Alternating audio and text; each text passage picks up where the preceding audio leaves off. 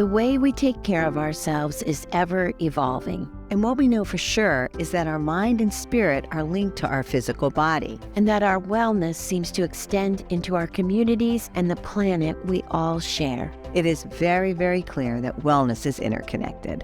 We love spending time with you to explore and practice the breakthroughs, the insights, and the passions of incredible people helping us all see the world in a whole new light. This is Health Gig. Our guest today is Ali Velshi, and he's an award-winning journalist, the host of Velshi, and chief correspondent for MSNBC. He's written a book called Small Acts of Courage. If you're ready to be inspired, if you're ready to change your life and learn how to contribute to democracy, then you're in for a treat. You're really going to enjoy this episode. I think it's going to be a great conversation. I really appreciate you having me.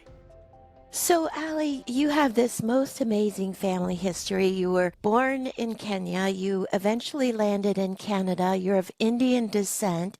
Give us a primer on your family history and then touch on how all of this influenced your life and career. I looked back at my family history 125 years, which is when my family first left India, which is its own story. They'd been fairly prosperous, but lots of droughts had hit India in the 1800s. And so they were probably at the tail end of it. And when you go anywhere and you see an Indian diaspora in the world, in the Caribbean or in Southeast Asia or in Africa, that was where it started. It started in the 1860s when people just needed to leave and go somewhere. So they went where the ships took them. Generally, if you were leaving India in the 1890s, you weren't going to America. The logical ship they got on took them to South Africa. My great-grandparents had a friend who had gone to South Africa and written home that the streets are paved with gold.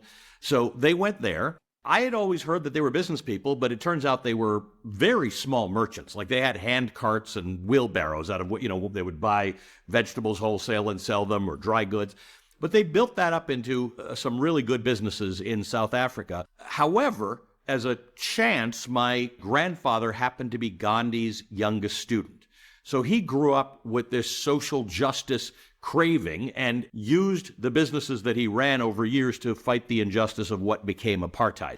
Can I ask a question? I'm sorry to interrupt, sure. but Yeah. how do you become the youngest student? It's a great story. What had happened is that my family was from Gujarat in India. Gandhi was also from Gujarat. They didn't know each other. They, in fact, came from entirely different socioeconomic classes, but they were both doing work in South Africa. My great-grandfather as a merchant, Gandhi as a lawyer.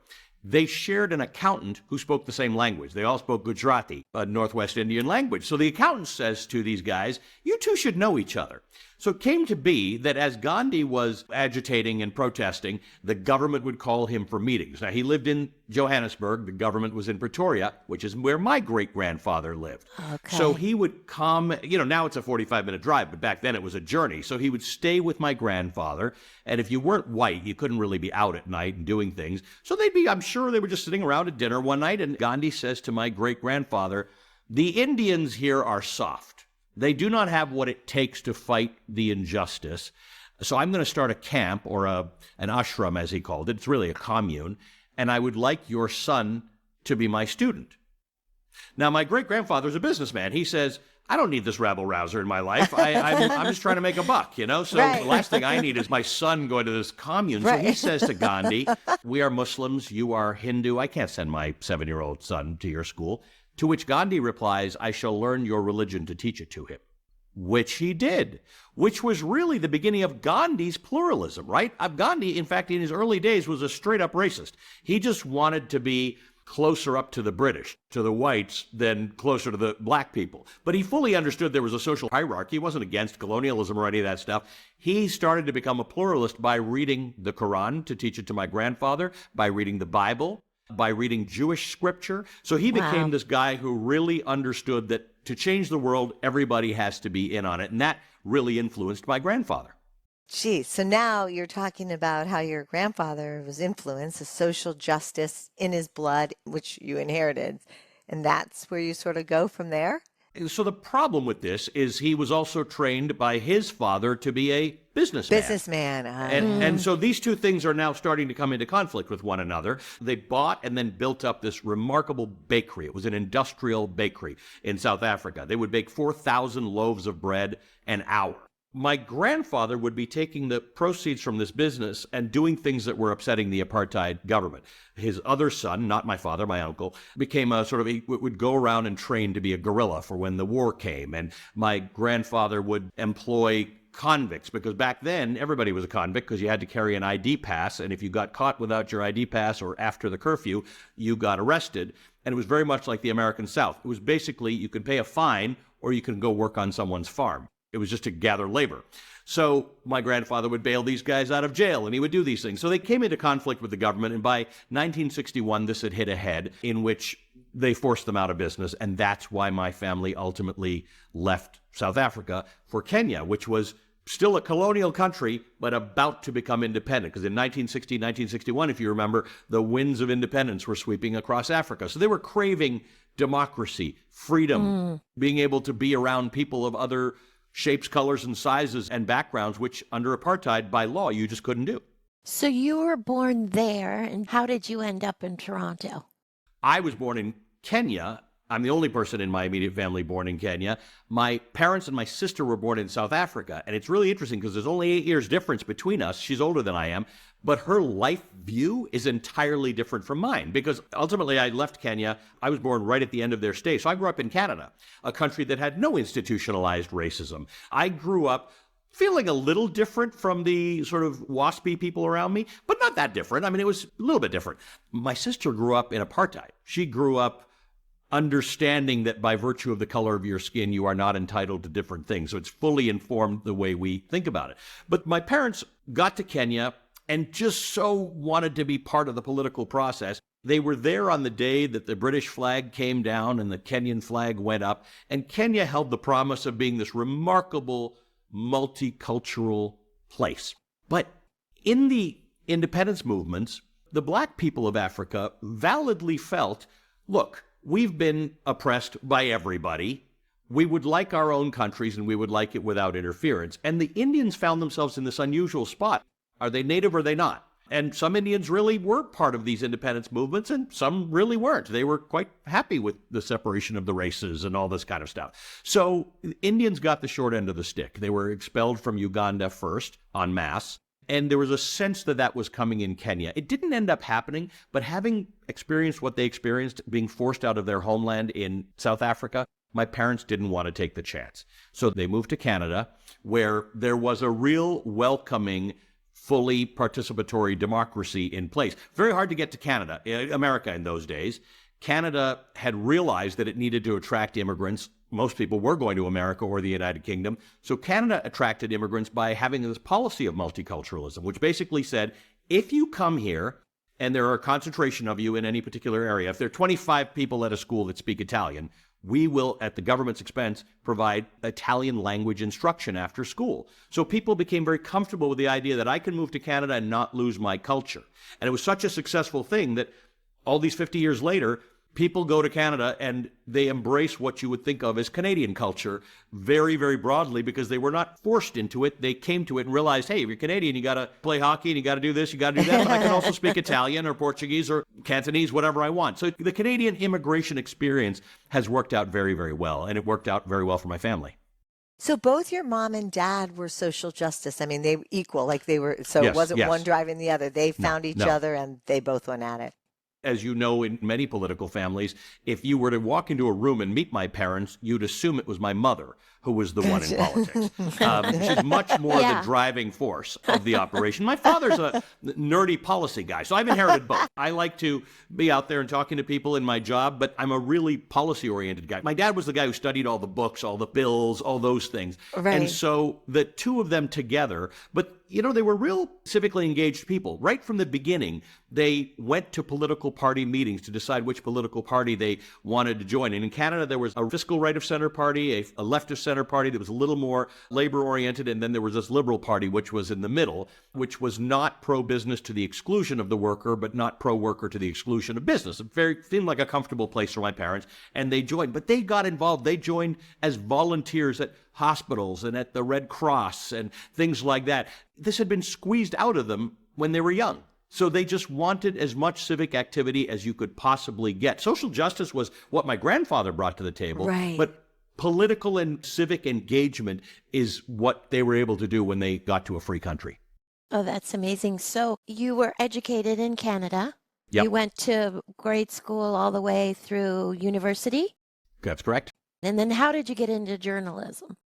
I finished at university on a Friday, and that following Monday, in fact, right after I finished classes, my parents came, we packed up a van, and I moved to Washington, D.C.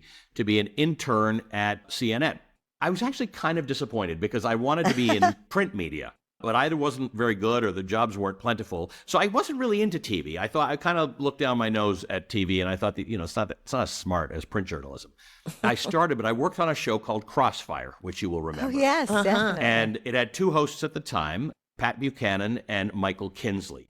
I will say, and maybe it's quaint and maybe you can't have something like that today, but these two guys who were not close to each other on the political spectrum debated respectfully every single night. And there would always be one other guest, one who was on their side and one that was on the other side. It was mainstream cable television, and we were modeling dialogue for the nation. That was a different time. Those were the 90s, and we were nicer to each other. Republicans and Democrats roomed with each other when they worked in Congress. But that was my first introduction to American politics, to Washington, to American media. I subsequently went back to Canada and became a reporter for several years, but I always wanted to get back into American media, and finally the call came. So when did the voice, we were talking about your we want voice, to talk about the did voice. that just sort of like develop? And then when you got to DC how did it happen?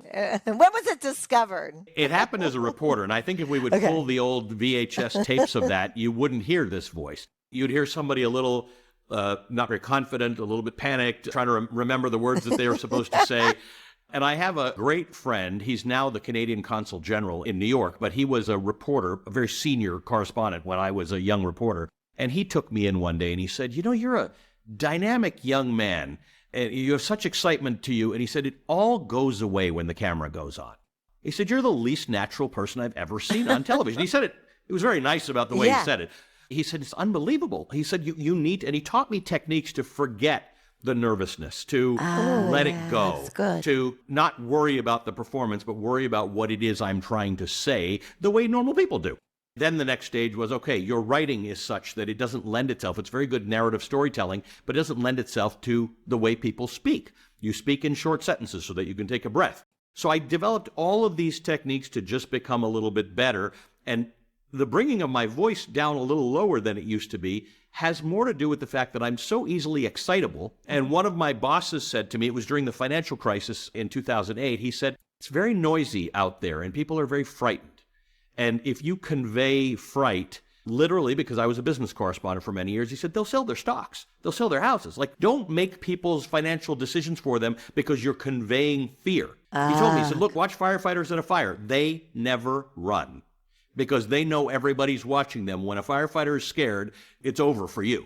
So he said, convince yourself that you can convey information calmly, slowly, in a slightly lower voice, and people will at least remain calm and listen to you. If you make people agitated and anxious, they won't enjoy listening to you. They'll think, I don't want to watch that Velshi guy. It's always bad. Right. Gotcha. Yeah. As a journalist, you have to maintain objectivity and hopefully show some compassion. How do you do that when you may feel strongly about something, or how does that work? I thank you for the word compassion, because I think that's right. I think we have to show compassion, we have to show empathy, and we have to believe that we are a pluralistic society, which is better for the fact that people are free to have different views. I read a woman named Ali Velshi. She's from Berkeley. She's a professor. She wrote a book called Strangers in Their Own Land many years ago. This is in the pre-Trump era, but was when a lot of people in Louisiana Bayou were devotees of Rush Limbaugh. So this liberal Berkeley professor goes to Louisiana to sort of spend real time with these people to understand why they do feel so strongly about this. And what she learned is that people feel very threatened. And so they gravitate toward people who make them feel safe. And sometimes, sadly, it's happening more and more in this world. You make people feel safe by identifying who the other is and then making them scared of them and then saying that you can protect them. And so Arlie taught me that to get through conversations with people you don't agree with, you have to turn your personal alarms off. I'd never heard that expression, but it's just don't react to the way they say words or the things they call, the labels they use. Get their thought out to the extent that you can articulate that thought back to them. You can use your own words. You can use words that you don't find offensive, but you can say, oh, I see, so you're scared of immigrants because of this. Am I getting that right? She's just actually written a brand new book about the fact that when things happen today in politics, outrageous things happen, the media covers it as outrageous. The person who did the outrageous thing says, see, they're all against me, and then translates that into, actually, they're all against you, and I am standing between them being institutions, the government, the deep state, the media, and you. And so we're all playing into this cycle. We're all playing roles that are expected of us. And that's the part that I try and understand, to say, why don't I not play the role expected of me and rather try and have a conversation in which somebody who does not share my views gets their voice heard. Very important in today's day and age, because right now, whether you are liberal or conservative, if you are concerned about democracy, you're kind of on the same side of the most important issues. Then you can debate the specifics about how healthcare policy should work, how unions should work, how we should deal with things. But fundamentally, finding your common ground is important. Right now, in theory, our common ground is democracy. The tricky part is when I engage with people who don't prioritize democracy. There's a million ways to succeed in democracy, but if you don't really believe that's where we should be going, that's a bit of a problem. You've had a lot of mentors in your life, it sounds like. I have. Why did that happen? Are you just open? Are you looking? It I sounds think like I you am. need to learn. I think I am. First of all, I've just had great people. They have been there, and I don't know whether they're there for everybody, and we just don't necessarily pick them. But I was really good at sort of leaning into people who could give me advice and being open to it. But I wasn't always. And many years ago, when I was at CNN, it's about 2002, 2003, something like that, my boss called me in. And he said to me, you are intolerable. Nobody likes working with you. Your staff don't like working with you. They leave, generally speaking, at the first opportunity. And I said, well, that's pretty fancy of you because you have a corner office and you get to pick your staff, but I don't, and I have to work with what I'm given, and I got to get a job done. And he said, everybody can succeed with the staff that they pick. He said, leadership is succeeding with the staff that you have. He said, you need to get to a point where people would like to go into a fire with you. They will risk something of their own self, whether it's their sleep, their resources, their time, or to stay on your show. And he says, nobody does that. He said, you're very critical. You're not nice to people. So I left, and I was quite annoyed with him. But then I thought about it for a few minutes, or for a few days probably, and I decided I'm going to prove him wrong. It took me a while. Because nobody, even if you change the next day, if you've got a reputation for being a certain way, people will just assume it's an act for a little while.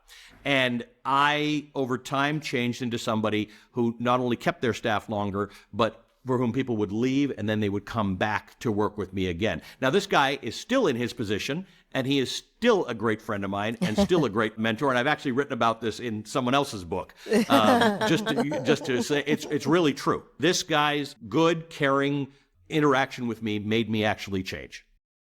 Amazing. He cared enough about you to say something hard. Yes. Yeah. And it was hard to hear. I mean, I think he did it as nicely as possible, but there's no nice way of saying people don't like working with you. But I've become a different person. And now if I tell the story to my staff, they sometimes chuckle at it because they can't believe it to be true. But, we can change. And so when you mentor people, do you sort of model it after that gentleman who helped you that way? All of the above. I model some of what Arlie Hochschild teaches me, to put myself in their shoes a little bit, empathize with them. I model it around what Ken, my old boss, told me. I also model it around what Tom taught me about being a reporter. Be yourself. Be really comfortable in your own skin. Don't worry about performing for the world. I think young people today, they have a lot of anxiety about that. And the anxiety is really good for some things in life, right? It's the thing that tells you there's a bear around the corner and you need to protect yourself.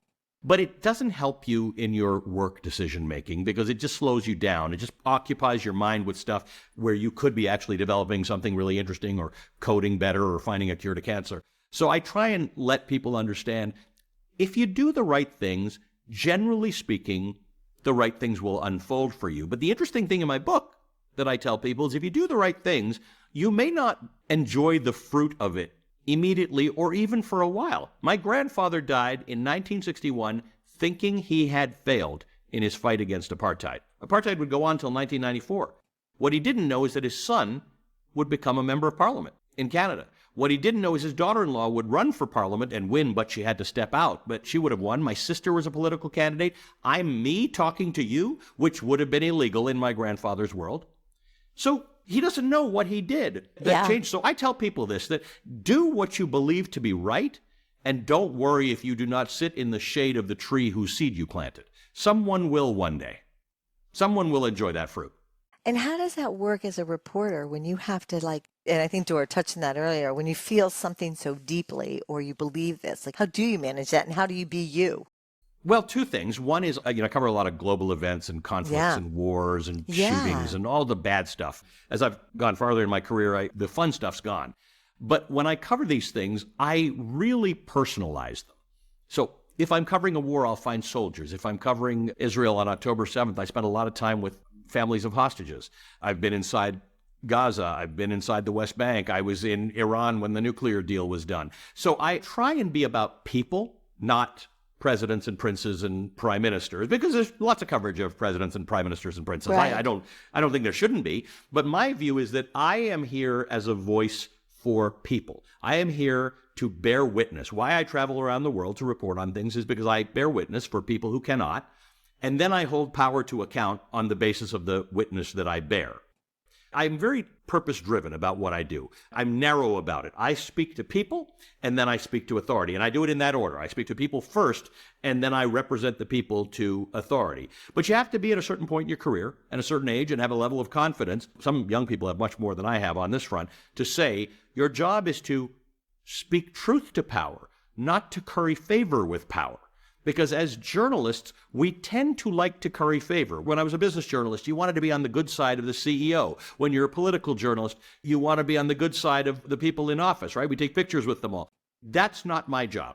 My job is not to be friends with people in power. I might, but that should be incidental because I happen to like them and they like me. My job is to hold them to account on behalf of my viewers. I serve my viewers. I don't serve all of society. I am my viewers' representative in a court, in a parliament.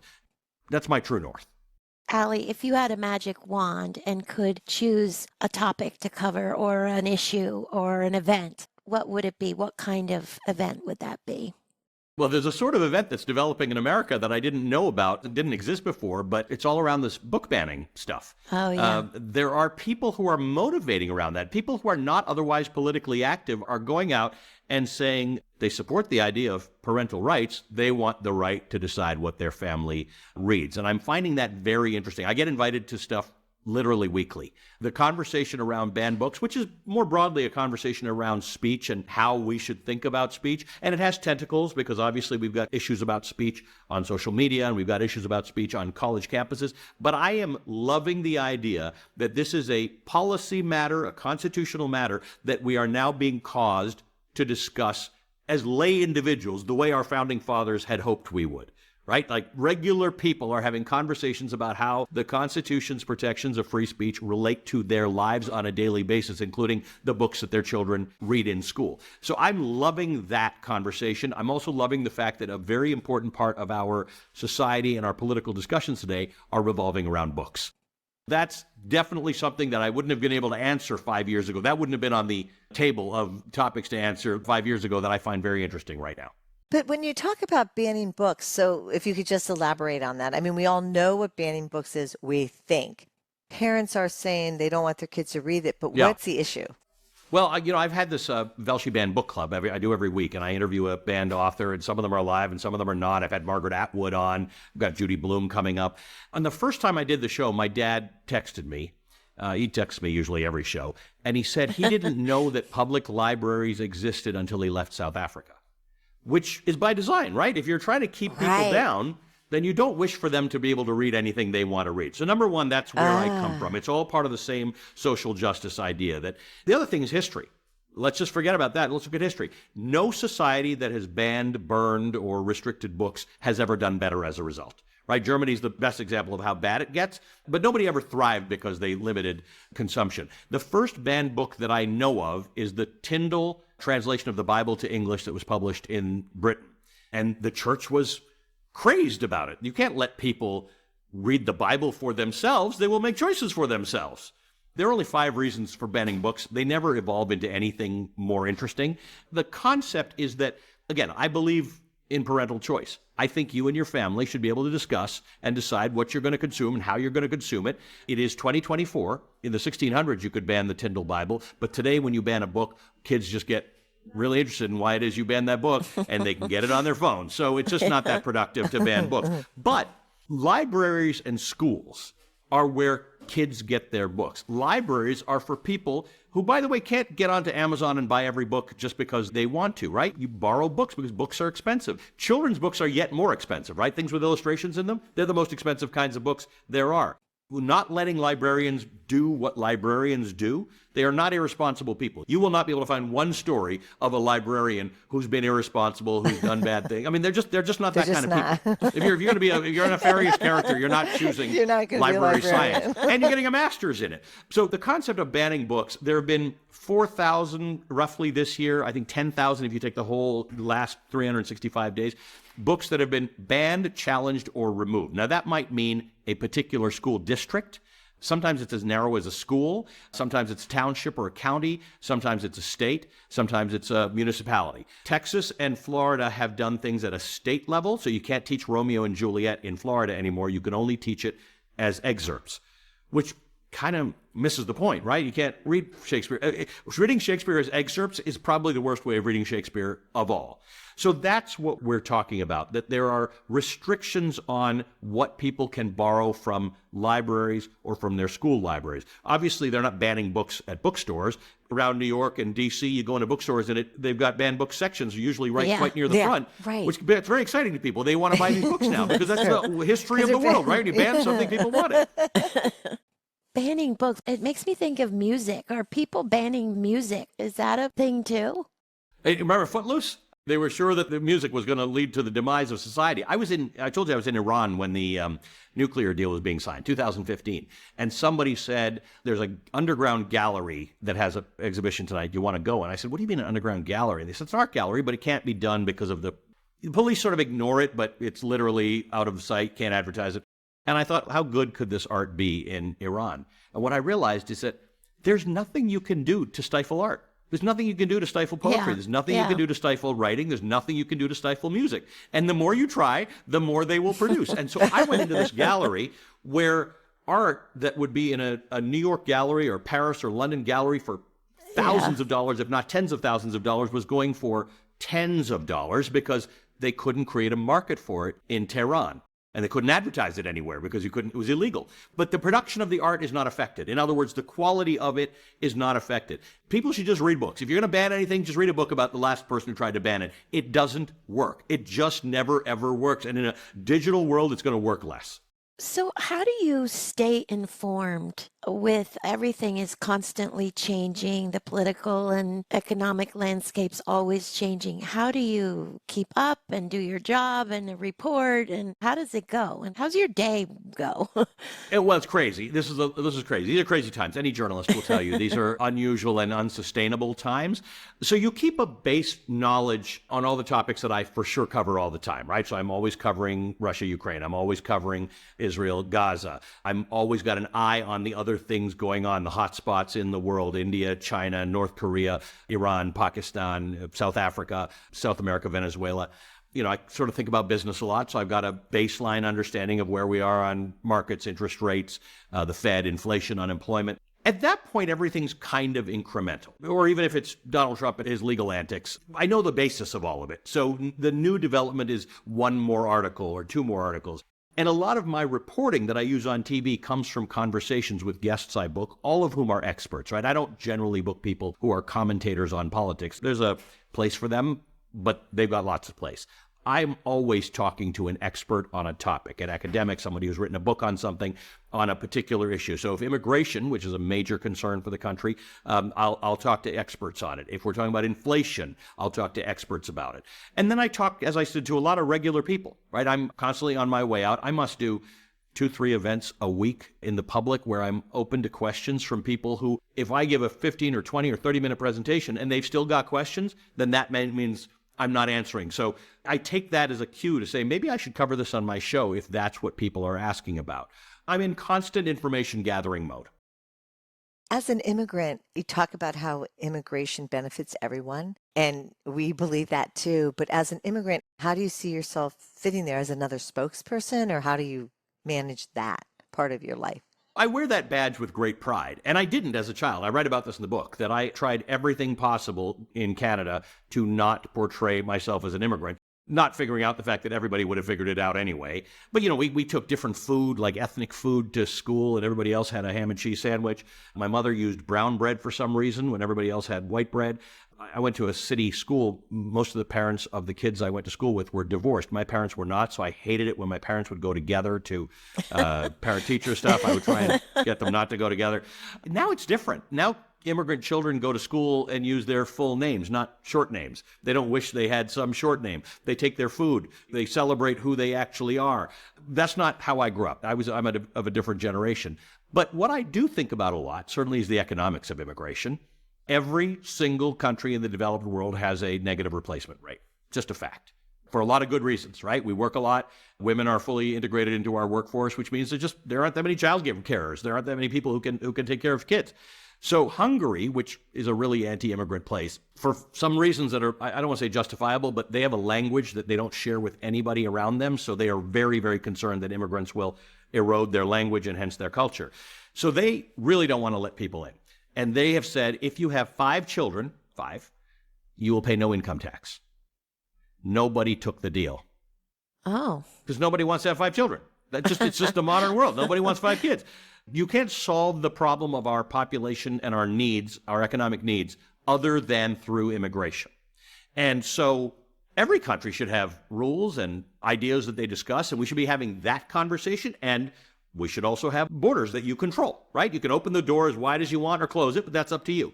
So we have become obsessed in this country with a different conversation than we should be having, right? We've become obsessed with a border conversation, which is intriguing, but immigration is much, much, much more complicated than that, right? It's about our economic needs, our needs for the next 20, 30, 40, 50 years. Like a lot of people, I see immigrants, I walk outside and I see them every day. I see them. Some of them I meet in the street in New York, might be undocumented.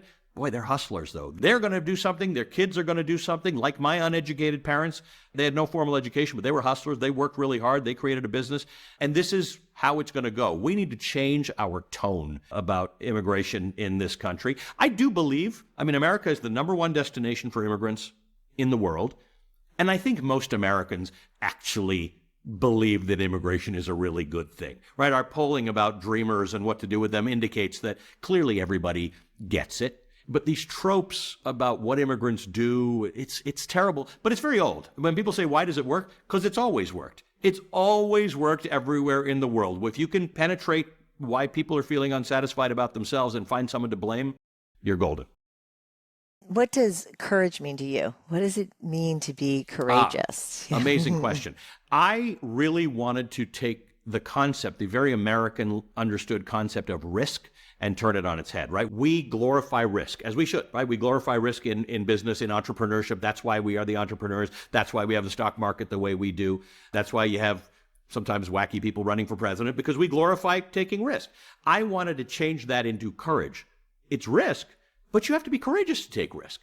This is a country in which you can take those risks, but it costs you something to do so. It might cost you face, it might cost you money, it might cost you your resources, it might embarrass you when you run for election and you lose, but I demonstrate in my book that everybody in my family has run for election, and everybody has lost.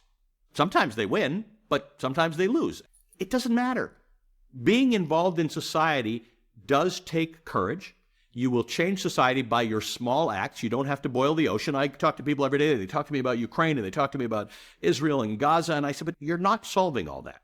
You know what you can solve for? You can solve for everybody on your block being registered to vote and making sure they actually go out to vote. You can solve for whatever particular issue is going on in your community. Because if you solve for the smallest of things, someone else doesn't have to, and that someone else is now freed up to do something else. That's ultimately how we're going to solve things. So I wanted my viewers to understand you can do very small things, and you should be honored for the courage in doing those small things. Risk is not just bravado, it is courage. And when you look at all of our ancestors and the immigrants and the homesteaders, everybody in this country, they had courage. That's why they took on risk. You talk a lot too about the lens of responsibility. You know, how do you cultivate the lens of responsibility as a citizen? I really think about that because I'm a citizen of many countries, and I grew up, unlike my family, in Canada, where I had no particular challenges. So I thought of citizenship as the right to vote. And when I moved to the United States and took on citizenship, I thought of it as the right to vote and possibly jury duty, because you have far more jury trials here than you do in Canada. I didn't think about it as responsibilities. And now I understand that it is a responsibility to preserve and protect democracy and to leave the place better than you found it. And that means you have obligations. You have obligations to exercise your First Amendment rights, to consume information in as healthy a way as possible. Because if we told people that their water was dirty, they would use a filter, or they would use bottled water, or they'd boil their water. And yet your information supply is dirty, and we don't do anything. We're okay with that. Fine. Still tastes okay. Must not be bad. So we have to be responsible that way. We have to be responsible about not circulating bad information in a place where bad information spreads like a wildfire. While I think everybody should vote, and I'm really glad when people vote and they put their sticker on that they voted, it's the price of admission. Not getting any awards for voting, right?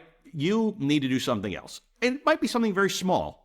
Are you registering someone else? Are you telling someone else, hey, today's the deadline for registering to vote? Do you know how to vote? I was at a book event in Atlanta the other day where, in conjunction with my event, which is about civic involvement, they had a demonstration. They had a voting machine and a registration right there.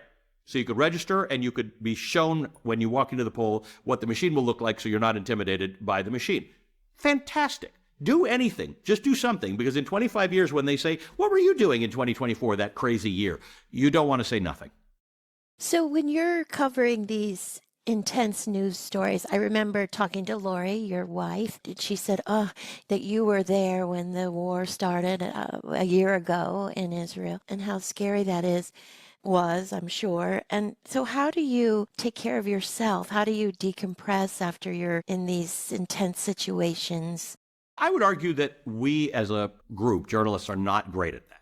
We somehow think that because we are deployed to these places, we're somehow protected from them, that we are not going to feel the same things and see the same things. I will say that changed many years ago when I got sent to my first school shooting at Parkland, and you saw the faces of the parents who left the reunion center without their children. Right? You'd see the parents who left with their children, and you've never seen a face like that in your life, right? A parent who's leaving with their child who didn't get shot. And then you see the parents who went there to be reunited and they didn't. And you can't get used to that.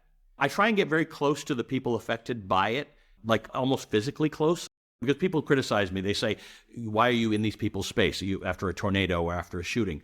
But people have a need to communicate. We never talk to anybody who doesn't want to talk to us, and we respect everyone's privacy. But a lot of people have a need to get that out there. It's cathartic. I experienced that catharsis with them.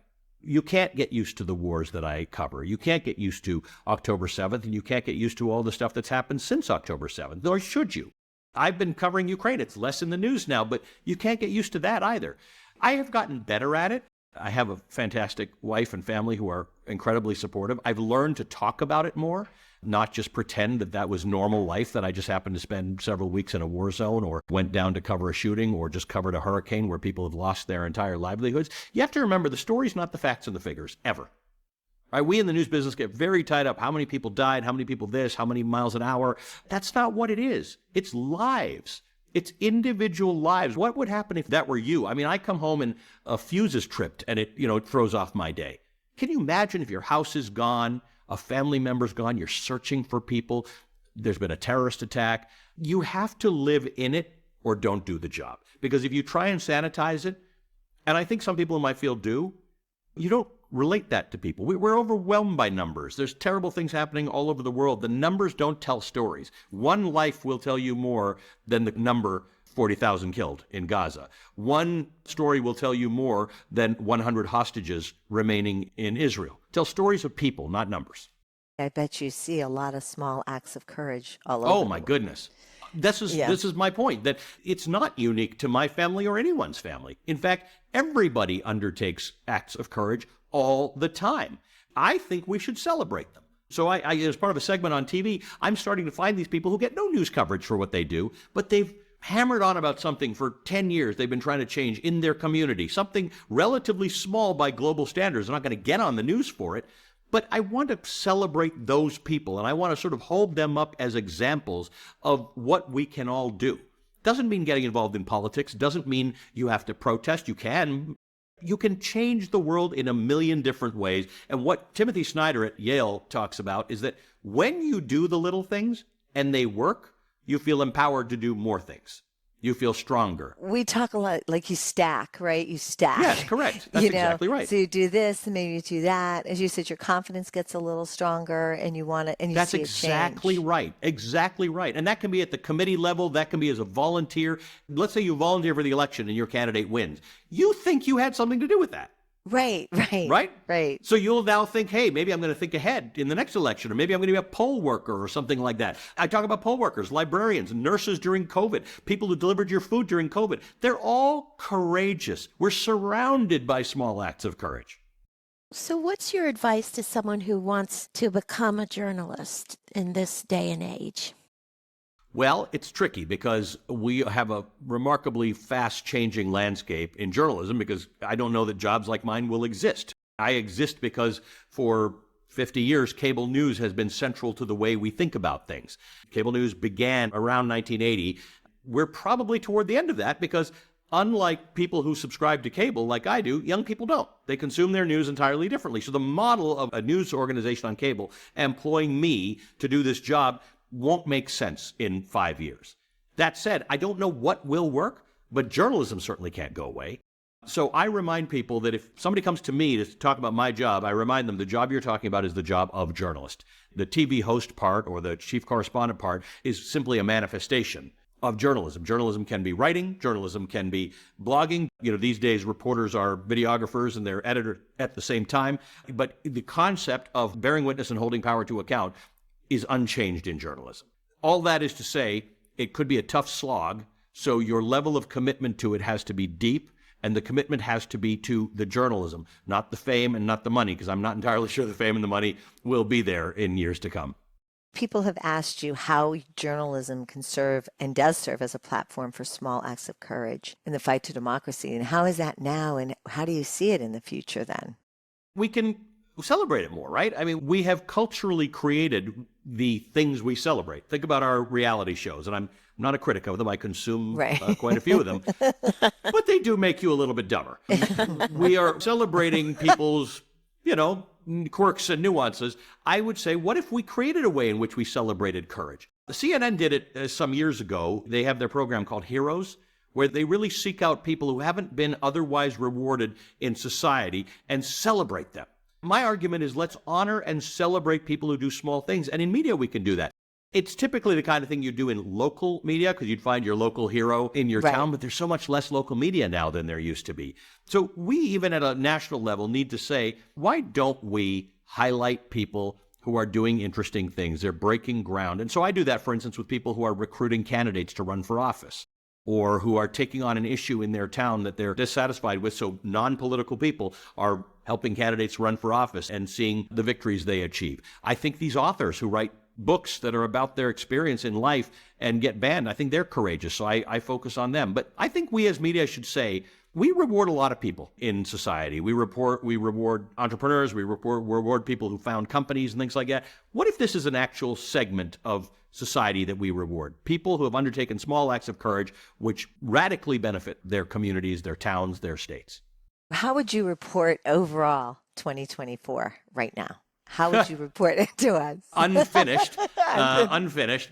So this has been the most election-y year in the history of the world, right? There are more elections, more people going to the polls than at any other time. Now, that said, some of them are not the most robust of elections. Iran and Russia, they are elections, but they're not really real. But some are real. And in places like India, there was a shot across the bow. I mean, one of the things about being a journalist is I can be very proud of being Indian and very critical of anybody. It's not been good for the country. They didn't throw him out of office, but there was a shot across the bow that you need to be better. The ANC in South Africa, Nelson Mandela's party, also has not, been on top of its game. So they lost their majority for the first time since the end of apartheid. France almost had a neo-Nazi elected, and the other groups in France got together and said, we're not going to let that happen. So people have agency. And this may be the year that we all realize if you have agency, i.e. the vote or the ability to participate in civil society in America, please use it. Because there are people fighting around the world just to save their agency. People in Ukraine have taken up arms to save their agency, right? You'd say, what difference does it make if you're in Ukraine and the Russians run the place? Because it's your agency. It's your right to make your decisions on your behalf. We're going to be coming up to the 250th anniversary of the founding of this country in 2 years. That was all about agency, right? You may have disagreed with the reasons for it, but it was about the fact that we shall make our own decisions for ourselves. You have that right in America. People have died for that right in America. And we've gotten better over the years, right? When we founded this country, we still had slavery. We got better, and after we got rid of slavery, but women still couldn't vote. We got better about that we had the civil rights movement. We constantly get better, and if this continues to work the right way, our grandchildren will be fighting for the same things, because that's how democracy works. You keep getting better at it. I am hopeful that more people are being made aware of their agency this year than perhaps any other year in history. I don't know what the end of the chapter looks like, but for the moment, I'm hopeful about that. Looking back on your career, even though you're still very young, because more can happen, of course, but what are you most proud of? Yeah, I didn't want to write a memoir. I keep telling people it's not a memoir. I'm too young to have written a memoir. True. But I would like to be remembered only for the last part of my career, really, where I realized probably 2015 and later the role I have as a foot soldier for democracy, right? I had grown up with the understanding that journalists are a little bit removed from the fray. We're standing on the sidelines. What I've learned is that we're not on the sidelines as it relates to democracy. We have to do the right thing. If we see democracy wobbling or struggling, it's on us to do our bit, because we can also do it the other way around. Irresponsible journalism allows democracy to wobble. And in fact, the wobbliness that we've got right now has been fed by us in many cases, because we were so into telling people their particular stories that made them comfortable that we didn't have our sights on everything that was going on. So I would like to be remembered for the idea that we are engaged in making our democracy better, and that I am modeling the kind of dialogue that I believe would be helpful for this country. I go out of my way to have conversations with people, sometimes who my viewers don't enjoy, because that's not the point. Either we're pluralists or we're not. Either you actually like this idea that we're all in this country together, or we're not. And if you're not, you're on the wrong side of this thing. You can't have that. You can't just be in a country with the people who share your views. I know a lot of countries like that. They don't work. This works because we argue, we debate. But the problem we've got right now is we're a little loose on the parameters of what that debate is about. But I think we hopefully will fix that. Wow, thank you. Well, this has been an incredible conversation. So thank you for your time, and thank you for your book, and thank you for so much that we need to think about. And actually, you've just inspired, I know, Doro, and me to even do more now, so thank you. You already are doing these things, which is important. But yeah, we can all do, and we can all do more. And we're in a world where people can sometimes feel a little hopeless about what's going on. Yeah. No need. There's something always that you can do. Oh, thank you, Ali. We love your message. We love your book. We hope everybody buys it. And just give Lori our best. I absolutely will. Thank you so much for having me on. I really appreciate it. Thank you for joining us on Health Gig. We loved having you with us. We hope you'll tune in again next week. In the meantime, be sure to like and subscribe to this podcast and follow us on healthgigpod.com. I'm Tricia. And I'm Doro. Be well.